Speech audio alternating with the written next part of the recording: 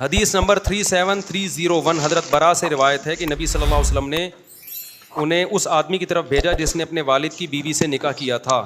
تو نبی نے حکم دیا کہ اس کا سر آپ کی خدمت میں لے کر حاضر ہو, یعنی اس شخص کو قتل کر دو جس نے اپنی والد کی بیوی سے نکاح کیا. جبکہ امام حنیفہ کا قول یہ ذکر کیا گیا کہ اس پر صرف حد لاگو ہوگی.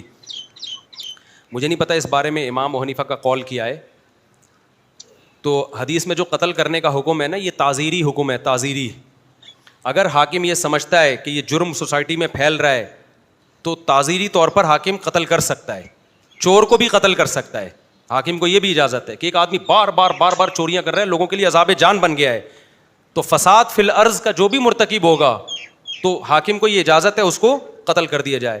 تو امام ابو حنیفہ تعزیری قتل کے مخالف نہیں ہیں, ایک لا کے طور پہ قتل نہیں ہے, یعنی قانون کا مطلب ہوتا ہے کہ لازمی نہیں ہے یہ, کیونکہ قتل جن چیزوں پر ہے وہ حدیث میں آتا ہے جو یقینی قتل ہے. ایک قصاصاً کہ کسی نے کسی کو قتل کر دیا ہو, یا شادی شدہ نے زنا کیا ہو, یا کوئی مرتد ہو گیا ہو. تو 4 چیزیں ہیں, چوتھی میرے ذہن سے اس وقت نکل گئی ہے. یا فساد فی الارض ہے, ہاں زمین میں فساد مچا رہا ہو, تو فساد مچا رہا ہے کہ نہیں مچا رہا, اس میں بادشاہ کی رائے کا اعتبار ہوگا, حاکم کی رائے کا اعتبار ہوگا. تو جو بھی فساد مچا رہا ہے, تو اگر کوئی حاکم یہ سمجھتا ہے کہ اس طرح محرم سے نکاح کرنا یہ فساد ہے تو وہ کر دے قتل. اس کی مثال ایسے جیسے نبی صلی اللہ علیہ وسلم کی توہین جن لوگوں نے نبی کے دور میں کی, ان کو قتل بھی کیا گیا, ان کو معاف بھی کیا گیا.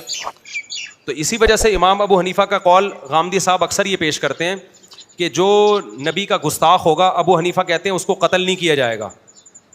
یہ غامدی صاحب قول پیش کرتے ہیں, اور بھی لوگ پیش کرتے ہیں. دیکھو ابو حنیفہ تو کہہ رہے ہیں اس کو قتل نہیں کیا جائے گا, اور پاکستان میں قانون کیا ہے, توہین رسالت کے مرتکب کی سزا قتل ہے. تو یہ تو خود ابو حنیفہ جو جس کو یہ لوگ فالو کرتے ہیں اس کے خلاف ہے. تو ہم غامدی صاحب سے یہ کہتے ہیں کہ پہلی بات تو آج آپ کو ابو حنیفہ یاد کیوں آ رہے ہیں, آپ تو فقہا کو لفٹ ہی نہیں کراتے بالکل بھی. تو وہ جواب میں کہتے ہیں میں ویسے ہی تائید کے لیے پیش کر رہا ہوں, تو تائید کے لیے بھی پیش نہ کریں, آپ پہ بالکل بھی اچھا لگتا نہیں.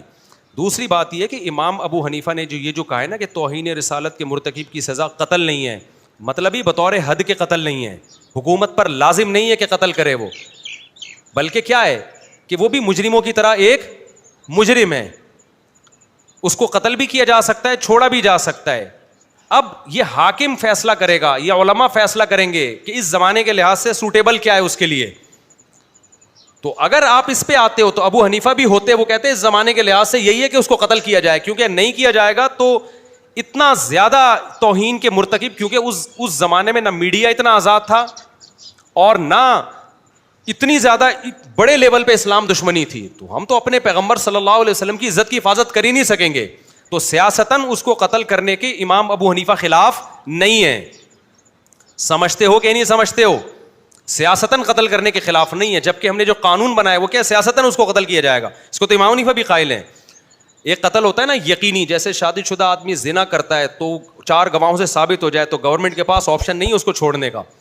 تو اسی طرح جو توہین رسالت کا مرتکب ہوگا تو گورنمنٹ کے پاس آپشن ہے, چھوڑ بھی سکتی ہے, قتل بھی کر سکتی ہے.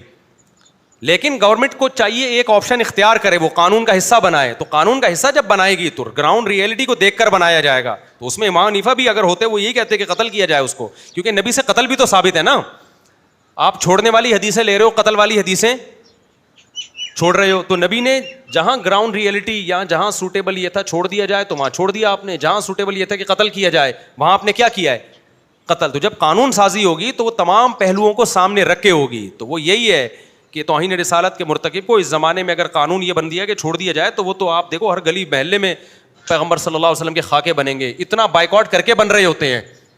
تو جب ان کو چھوڑ دیا جائے گا پھر کیا ہوگا, پھر آپ دیکھو کیا ہوگا. تو وہ ابو حنیفہ کی بات کو لوگ غلط لے کے جاتے ہیں.